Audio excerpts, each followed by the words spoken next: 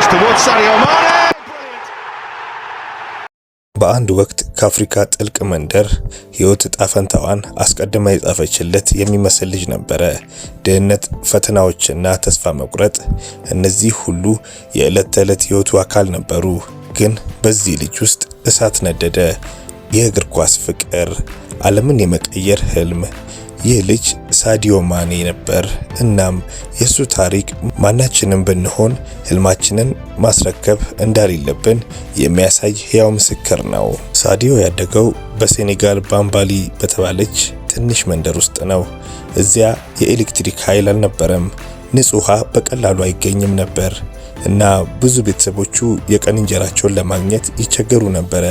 ሳዲዮ ከ8 ልጆች ጋር በአንድ ትንሽ ቤት ውስጥ ያድግ ነበር። ወላጆቹ ገበሬዎች ነበሩ እና ህይወት እጅግ በጣም ከባድ ነበረች። ነገር ግን ሳዲዮ ገና በልጅነቱ ፍቅሩን አገኘ። እግር ኳስ። ሰዓታትን ሙሉ በቀን ውስጥ በከፍተኛ ሙቀት፣ በማታ ደግሞ በድቅድቅ ጨለማ ውስጥ በባዶ እግሩ በተቀደደ ኳስ ይጫወት ነበር። እግሩን እንደሚያመው አይሰማውም ነበር። የእግር ኳስ ሜዳ ላይ ያለው ህይወት ያነሰ ሆኖ አይሰማውም ነበር። በዚያ ቆሻሻ ሜዳ ላይ ሳዲዮ ማኔ በእያንዳንዱ ኳስ ንክኪ ህልሙን ይገነባ ነበር። ቤተሰቦቹ ግን ይህንን አልተረዱትም ነበር። አባቱ በአካባቢው የሚገኝ የሃይማኖት መሪ ነበረ። እናም ሳዲዮ እንዲማር ወይም ሌላ የተረጋጋ ስራ እንዲይዝለት ይፈልግ ነበር። እግር ኳስ እንደ መዝናኛ እንጂ እንደ ወደፊት መንገድ አይመለከቱትም ነበር።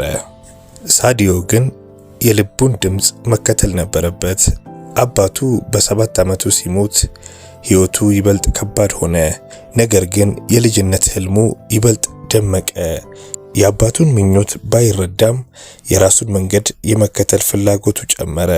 ብዙ ጊዜ ያለ ቤተሰብ ዕውቅና ወደ ዳካር ዋና ከተማው ለመጓዝ ይሞክር ነበር። የአካባቢው ክለብ ጋር ለመቀላቀልና እዚያ ህይወቱን ለመጀመር ይፈልግ ነበር። በ15 ዓመቱ ሳዲዮ አንድ ትልቅ ውሳኔ ያደረገ። ያለ ቤተሰቦቹ ዕውቅና የተወሰነ ገንዘብ ተበድሮ ወደ ሴኔጋል ዋና ከተማ ዳካር አመራ። በአንድ ቀን ጉዞ ዳካር ሲደርስ ግን ነገሮች የጠበቃቸውን ያህል ቀላል አልነበሩም። ደካማና አጭር በመሆኑ ብዙዎች ችሎታውን ተጠራጠሩ። ይህ ደካማ ልጅ ነው፣ ምን ያደርግልናልም ይሉት ነበር። ግን ሳዲዮ ተስፋ አልቆረጠም። በዚያ ቀን የሴኔጋል ስራ ፈጣሪና የተሰጥኦ ስካውት ፓፔ ቱር በዳካር የስልጠና ካምፕ ሲያዘጋጁ ሳዲዮ እድሉን አገኘ። ፓፔ ቱር ወዲያውኑ የሳዲዮን ልዩ ችሎታ አስተዋለ። አይኑ ላይ ያለውን እሳት አየው። እሱ የተለየ ነበር ሲል ፓፔ ቱር በኋላ ላይ ተናግሯል። ይህ የመጀመሪያው ትልቅ ምዕራፍ ነበር። ፓፔ ቱር ሳዲዮን ወደ ሜትስ ፈረንሳይ ወሰደው፣ የአውሮፓ እግር ኳስ አካዳሚ ለመግባት ከዛን ህይወት እዛ ለመጀመር። ነገር ግን እዚያም ቢሆን ህይወት ቀላል አልነበረም። የቋንቋ ችግር፣ የአየር ንብረት ለውጥ፣ የባህል ድንጋጤና ከሁሉም በላይ ደግሞ ቤቱን የመናፈቅ ችግሮች ገጠሙት። አሁንም ቤተሰቦቹ የሱን ምርጫ አልተቀበሉትም ነበር። አውሮፓ ውስጥ ስራ ፈላጊ እንደሆነ አድርጎ ያስቡ ነበር። ሳዲዮ ብዙ ጊዜ ለቤተሰቦቹ ይደውልና ስራ እየሰራው ነው ይላቸው ነበር። ነገር ግን እውነቱ እግር ኳስ ነበር እሱ የሚጫወተው። እንደ አውሮፓውያኖች አቆጣጠር በ2012 ሜትስን ለቆ ወደ ኦስትሪያው ሳልዝበርግ ተቀላቀለ። እዚያም በችሎታው መደነቅ ጀመሩ። ብዙም ሳይቆዩ የፕሪሚየር ሊጉ ቡድኖች አይኖቻቸውን ሳዲዮ ላይ ጣሉ። በ2014 ወደ ሳውዛምፕተን መጣ። ይህ የአውሮፓ ትልቅ ሊግ መግቢያው ነበር። ሳውዛምፕተን ውስጥ ሳዲዮ ብቃቱን ማሳየት ጀመረ። ጎሎችን ማስቆጠር፣ ለቡድኑ ጉልህ አስተዋጽኦ ማድረግ። እናም ብዙም ሳይቆይ በአንድ ጨዋታ አስደናቂ ታሪክ ሰራ። 10 ደቂቃ ውስጥ 3 ጎሎችን አስቆጥሮ የፕሪሚየር ሊግ ታሪክ ፈጣሪ ሃትሪክ ሰሪ ሆነ። ያ ጊዜ ነበር ዓለም እሱን በትኩረት መመልከት የጀመረችው። በ2016 ህልሙ ሆነ። ሊቨርፑል ሳዲዮን አስፈረመው። በዓለም ላይ ካሉ ታላላቅ ክለቦች አንዱ በሊቨርፑል ሳዲዮ ከሞሐመድ ሳላህ እና ከሮቤርቶ ፈርሚኖ ጋር በመሆን የዓለማችን እጅግ አስፈሪ የጥቃት መስመር ፈጠረ። ከሊቨርፑል ጋር የሻምፒዮንስ ሊግን፣ የፕሪሚየር ሊግን፣ የዓለም ክለቦች ዋንጫንና ሌሎች በርካታ ዋንጫዎችን አሸንፈዋል። የግል ሽልማቶችም አልቀሩትም። በ2019 የአፍሪካ ምርጥ እግር ኳስ ተጫዋች ተብሎ ተመረጠ። በዚያች ትንሽ የሴኔጋል መንደር በባዶ እግሩ ኳስ ሲመታ የነበረው ልጅ የአፍሪካ ቁንጮ ሆነ። ሳዲዮ ማኔ ግን በሜዳ ላይ ባስመዘገበው ስኬት ብቻ የሚታወቅ አይደለም። ከሜዳ ውጪ ባለው ትህትናና መልካምነት ይታወቃል።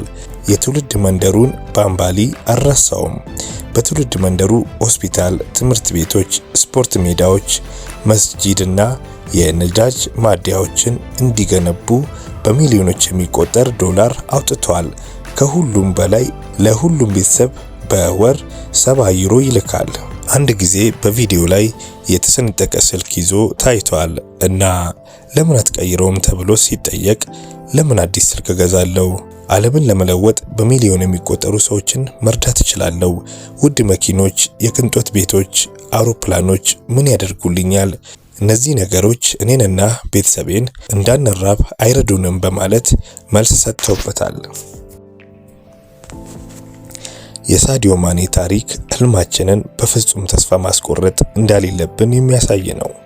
በየዕለቱ በሚገጥሙን ፈተናዎች፣ በድህነት፣ በጥርጣሬዎች፣ በቤተሰብ አለመቀበል ውስጥ ቢሆን ሳዲዮ ህልሙን አጥብቆ ያዘ። እሱ ስራውን፣ ትዕግስቱን እና እምነቱን አላጣም። ታሪኩ የሚያስተምረን አንድ ትልቅ ትምህርት አለ። እኛ ያለንበት የትውልድ ቦታ ወይም የቤተሰብ ሁኔታ ማንነታችንን አይወስንም። እውነተኛ ጥንካሬ የምንኖረው በልባችን ውስጥ ባለው እሳት ነው። በምናሳየው ቁርጠኝነትና ህልማችንን እውን ለማድረግ በምንወስዳቸው እርምጃዎች ነው።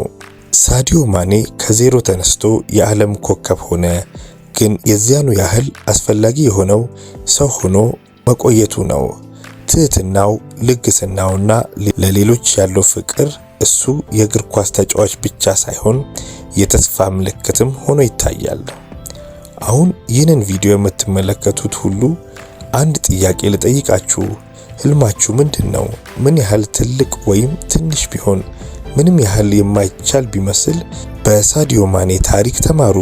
ከታች ተነስተው የዓለምን ከፍተኛ ደረጃ የደረሱ ብዙ ሰዎች አሉ። እናም እያንዳንዳችሁ ይህንን ማድረግ ትችላላችሁ። ተስፋ አትቁረጡ፣ ጠንክራችሁ ስሩ፣ እመኑ። እናም ዓለም የእናንተን ታሪክ ትናገራለች። ልክ እንደ ሳዲዮ ማኔ ታሪክ እንደምንናገረው ማለት ነው። ምክንያቱም ህልማችሁን ካላስረከባችሁ ምንም ነገር የማትሆኑበት ነገር የለም። I said it last time I was on it, he's the best football player in the world. I don't know why he's laughing for what Chris. ስለተከታተላችሁን ከልብ እናመሰግናለን። ሁሌም እንደዚህ አይነት ታሪኮች እንዲደርሱት ጽናት ቫይብስን ሰብስክራይብ ያድርጉ። ቻናላችንን ላይክ፣ ሼር፣ ሰብስክራይብ በማድረግ ቤተሰብ ይሁኑ። ጽናት ቫይብ፣ ጽናት ለሁሉም።